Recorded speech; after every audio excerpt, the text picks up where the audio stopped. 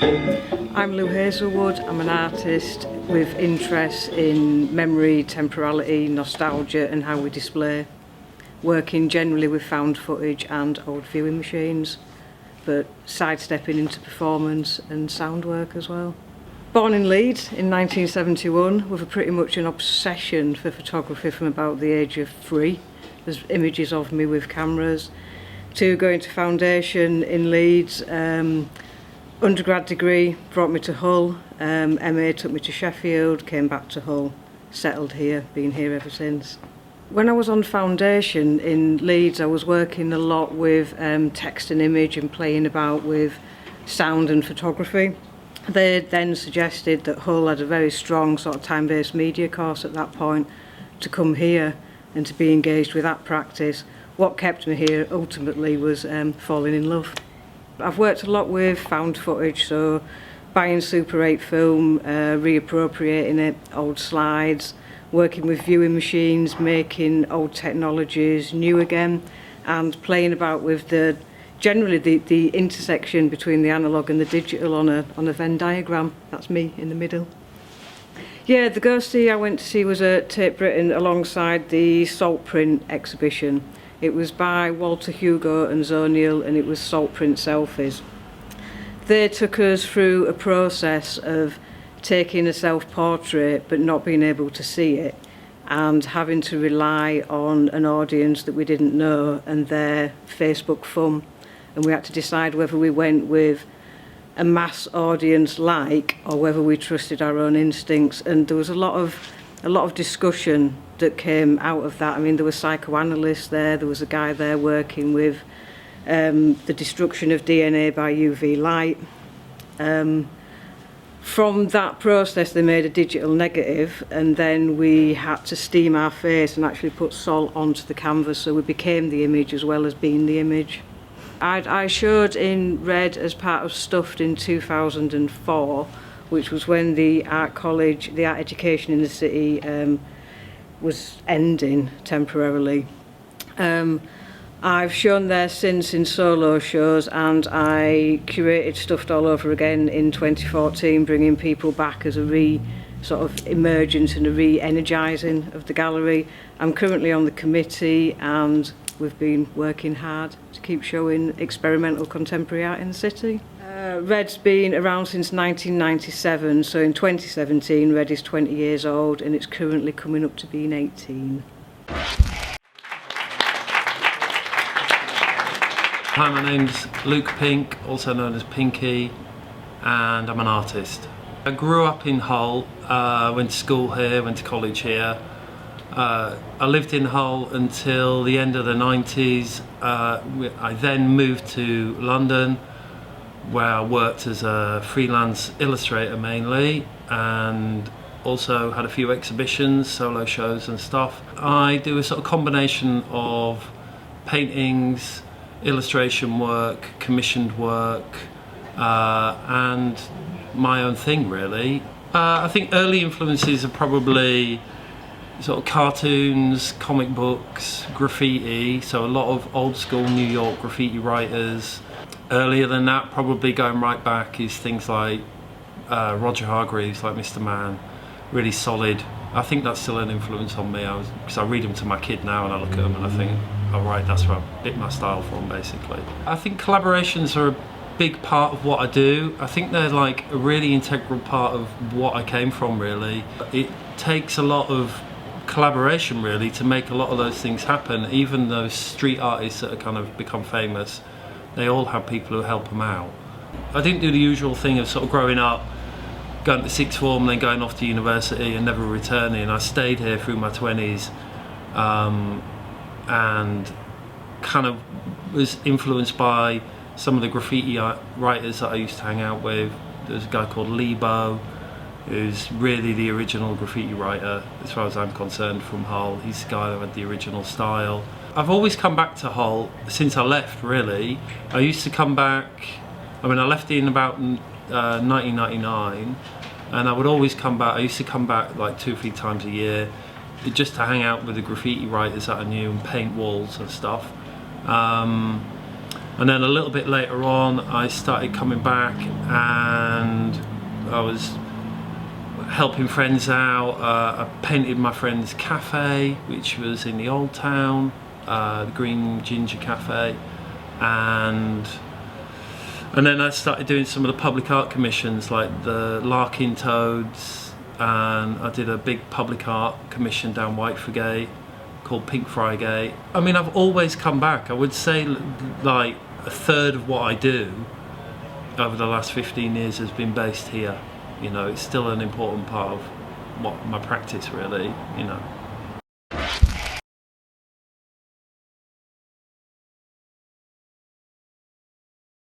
My name is Pete Fowler and I'm an artist, illustrator, printmaker, record collector, DJ and pretend musician. Well, I grew up on comics. In a nutshell, I grew up on comics, part of the Star Wars generation, so I had an interest in graphic art, comics and toys, object, I suppose pop culture really, and then showed an interest in art at school, then went on to art college, did fine art there. I was reading a lot of comics, a lot of underground American and British comics at the time, so I started a comic with two friends of mine who were fellow graduates from art school, which we made in Falmouth, and accidentally got into the Face magazine. I really wasn't born with a gift necessarily to do art. I copied everything when I was a kid. I copied comics, Star Wars, did endless drawings of Jawas because they were really easy to draw. I'm still on my journey really, and still learning every day, still finding new ways of doing things, trying out different mediums from chalk pastels to different kinds of paint to cross-stitch embroidery. So I'm continuing to be a sort of curious artist. I've constantly kept sketchbooks since I was 18, and the sketchbooks is areas where I play with ideas and develop ideas.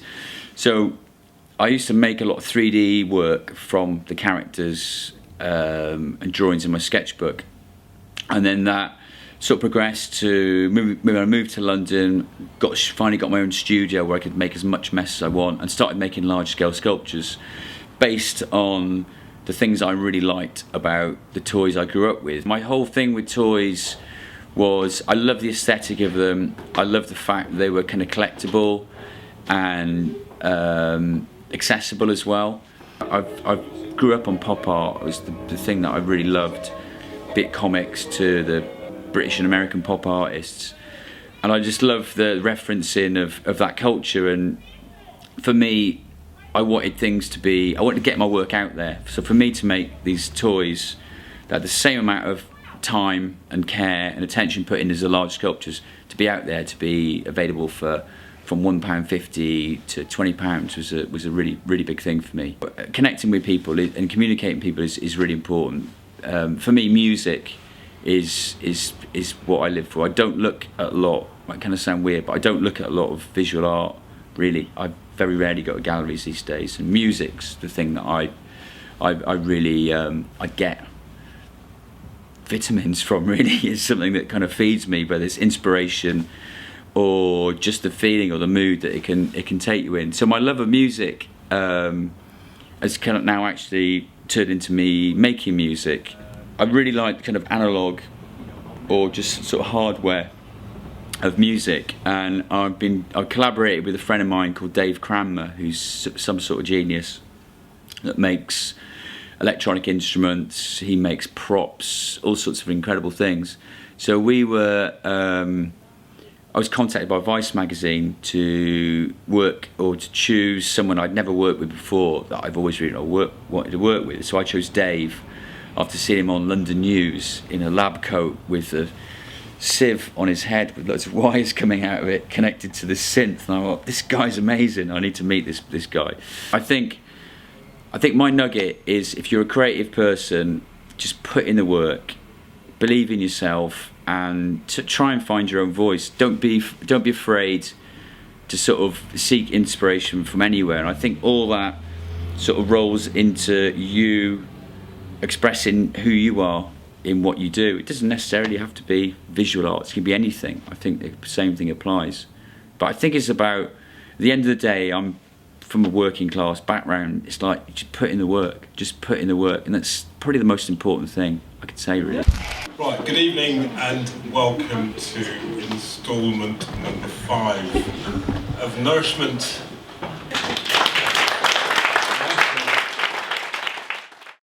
My name is Rebecca Robbins. I'm a humanitarian photographer with the Thai Children's Trust. My grandmother was a refugee to this country. She was born in Burma.